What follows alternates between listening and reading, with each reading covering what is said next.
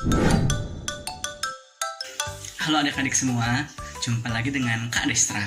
Kali ini kita akan belajar mengenai alat pernapasan pada hewan. Ternyata tiap hewan punya cara bernapas yang berbeda-beda loh. Kira-kira gimana ya cara anjing, ikan, burung, sampai serangga itu bernapas? Yuk kita belajar bersama.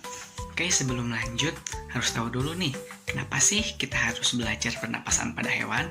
Jadi, agar adik-adik bisa menyebutkan berbagai jenis alat pernapasan pada hewan dengan benar, seperti paru-paru, insang, trakea, dan kulit. Lalu, bisa mengidentifikasi perbedaan alat pernapasan pada beberapa kelompok hewan, seperti mamalia, ikan, burung, reptil, amfibi, serangga, dan cacing. Jadi, kita bisa belajar bersama-sama mengenai pernapasan pada hewan. Yuk simak video berikut ini. Kita mulai dari hewan yang pertama ya, si Dogi, anjing yang sangat lucu. Nah, anjing ini termasuk ke dalam mamalia. Apa sih mamalia itu? Jadi, mamalia adalah hewan yang menyusui anaknya. Alat pernapasan mamalia di darat mirip dengan manusia, yaitu terdiri dari hidung, tenggorokan, dan paru-paru.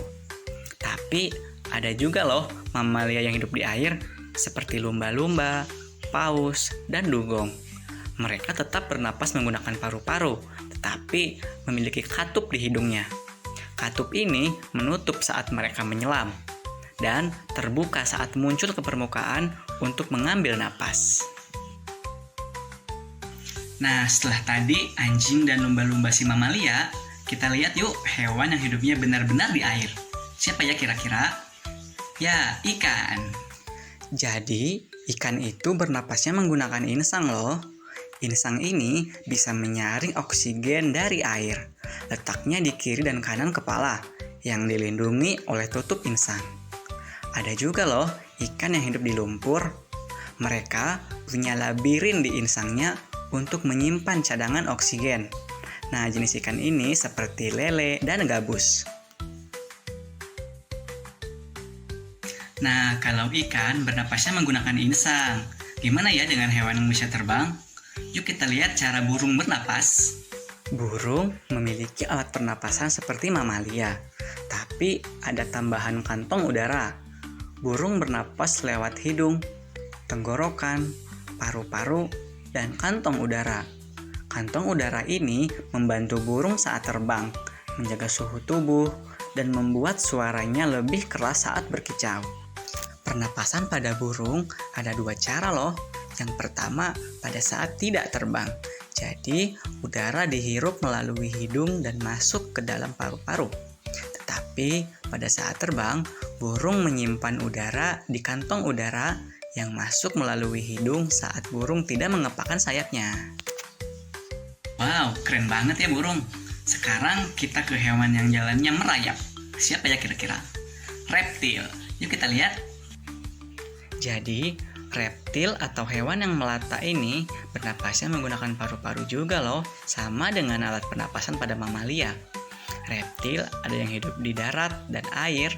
Reptil yang hidup di air memiliki lubang hidung yang dapat ditutup sewaktu menyelam. Reptil yang hidup di air akan mempunyai kapasitas paru-paru yang besar dan dapat menahan napas di bawah air untuk waktu yang lama. Nah, tadi kan reptil bisa hidup di darat dan di air.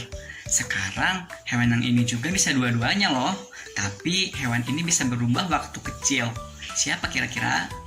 Katak. Katak termasuk ke dalam hewan amfibi. Amfibi adalah hewan yang dapat hidup di darat dan di air.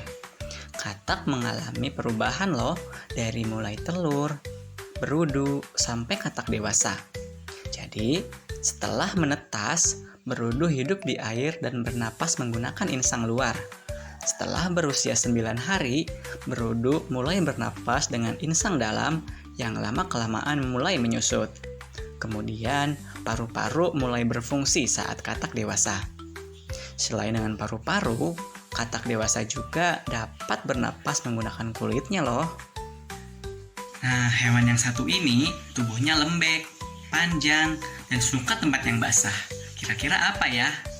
Ya, cacing. Cacing tidak memiliki paru-paru loh. Jadi, mereka bernapas menggunakan kulitnya yang basah dan berlendir karena mereka menyukai tempat yang lembab. Kulitnya menyerap oksigen langsung dari udara. Keren banget ya. Terakhir nih, ada satu jenis hewan kecil yang sering kita temui di sekitar kita. Mereka suka terbang, melompat, dan merayap di tanah. Siapa ya mereka? Ya, serangga. Serangga seperti semut, belalang, dan kupu-kupu bernapas menggunakan trakea. Trakea itu saluran kecil di dalam tubuh serangga. Jadi, udara masuk lewat lubang kecil di sisi tubuhnya. Namanya spirakel. Jadi, serangga itu tidak punya paru-paru loh, tapi menggunakan trakea untuk menyebarkan oksigen langsung ke seluruh tubuh. Wow, canggih banget ya. Nah, adik-adik, sekarang kita sudah tahu ya, ternyata tiap hewan punya alat pernapasan yang berbeda-beda. Ada yang menggunakan paru-paru, insang, trakea, bahkan kulit. Keren ya? Belajar jadi makin seru kalau kita tahu cara hewan bernapas. Sampai ketemu di video pelajaran selanjutnya. Dadah!